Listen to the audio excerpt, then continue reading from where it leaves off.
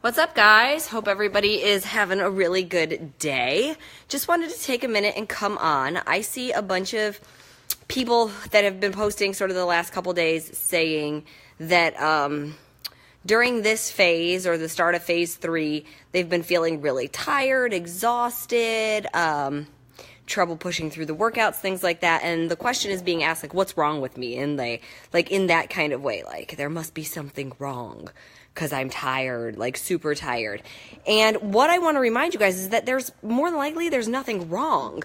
If you can think back to the start of phase 1, starting the whole program, and how you felt the first week or two, starting new workouts, challenging workouts that you haven't ever done before, and what your body felt like and how tired you were, you kind of have to remember that for the start of every phase. Every time you start a new phase, in a way, it's like starting a whole new workout program. You've never seen the moves before. You've never done the moves before. I'm challenging you more in every single phase. So while you've built a lot of strength and endurance and balance, coordination, everything in each phase is meant to challenge you. So during the first week to 10 days, you might feel more tired. You might feel hungrier. Remember, I told you this is a shred phase, okay? So we are really torching calories. I mean, look at the compound movements we're doing in all the workouts, right? I mean, whose legs are just dead from yesterday's leg day? Mine, for sure, I know are. You work them so hard. So it requires a lot of energy for your body to repair those muscles from all the hard work that we did. So one, you need to make sure your food is on point. If you find that you're really, really hungry, and we've talked the hunger symptoms to death, so I'm not going to go through them again, but if maybe you've been eating in weight loss and now maybe you need to eat in maintenance, there's lots of things that you can be taking into consideration for feeling tired. Make sure you're getting enough sleep. And every time things come up, it's really important to make sure you acknowledge everything going on in life, because what's going on this week in life isn't what was going on in life 2 months ago. Like, maybe you guys are working the business harder, right? We've got Success Club coming up. Maybe you got stuff going on with the kids, or they're on spring break, so they're driving you crazy. I've seen people posting that their pets have passed away, that they're dealing with emotional stuff in their relationships, that they're dealing with emotional stuff in their jobs. All of this is taxing to both your mind and your body. So it's probably never just the workout either. So let's just make sure that that you look at it as a whole, right? And that you practice your self-care. But phase 3 is no joke. I told you guys that from the beginning. It was not going to be an easy phase. It is the shred phase. It's the final phase. We are dialing it up. So yeah, you're probably going to be pretty tired this phase. You need to make sure you're getting enough sleep. You need to make sure you're doing enough self-care. You need to make sure you're drinking enough water. Being dehydrated, even mildly dehydrated, can leave you feeling really sluggish and tired. I did a post about that today on Instagram. So all these things come into play. I also, and then don't forget we had daylight savings. That was death. This felt like the worst daylight savings ever. It was like so brutal.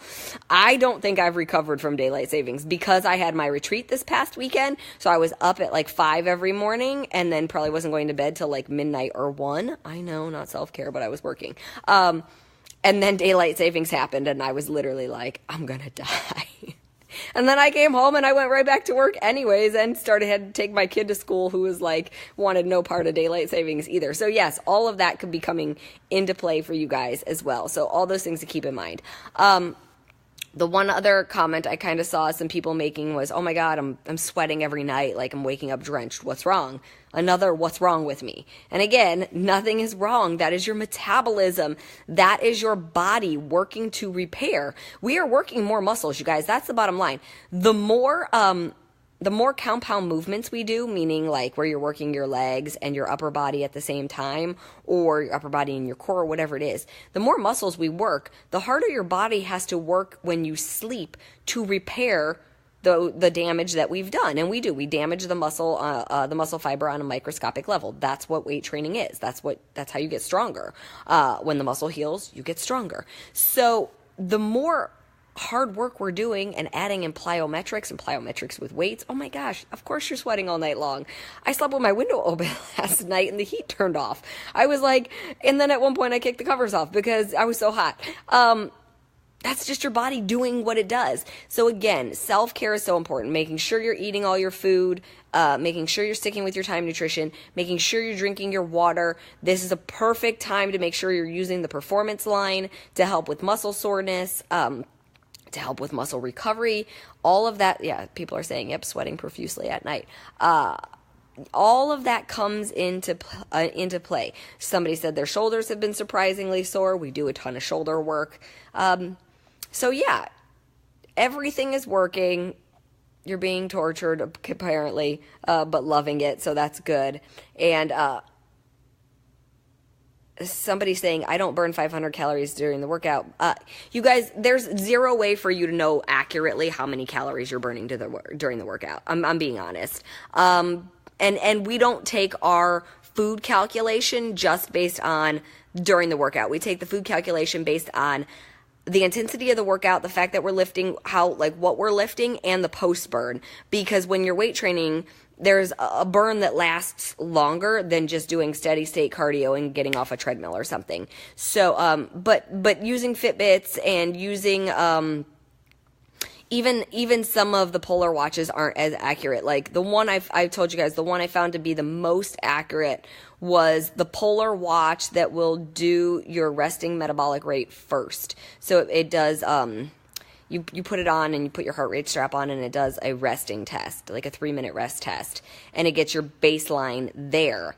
And then it can determine your calories. And that is more accurate. And in fact, when myself and a few other members of the cast started wearing those in the last few workouts, we were like, oh, shoot, we're burning way more than we even thought we were. So on average, like when I was wearing my original Polar watch, it was telling me I was burning high 300s to mid 400s depending on the workout. And then I put the new Polar watch on that did that base test. And I was in the high hundreds every time. Which makes sense because on average for an hour long workout, I burn about 600 calories. So for a watch to tell me I was burning way less than that, I knew it wasn't accurate. So don't let that freak you out because I know a lot of people were doing that. They were wearing their watches and they were going, well, I'm not burning 600 calories, so I better not eat in the bracket it says for me to eat in. And I'm like, oh my God, that's the worst way to try to determine this. Trust me, I've taken everything into consideration. So make sure you do that.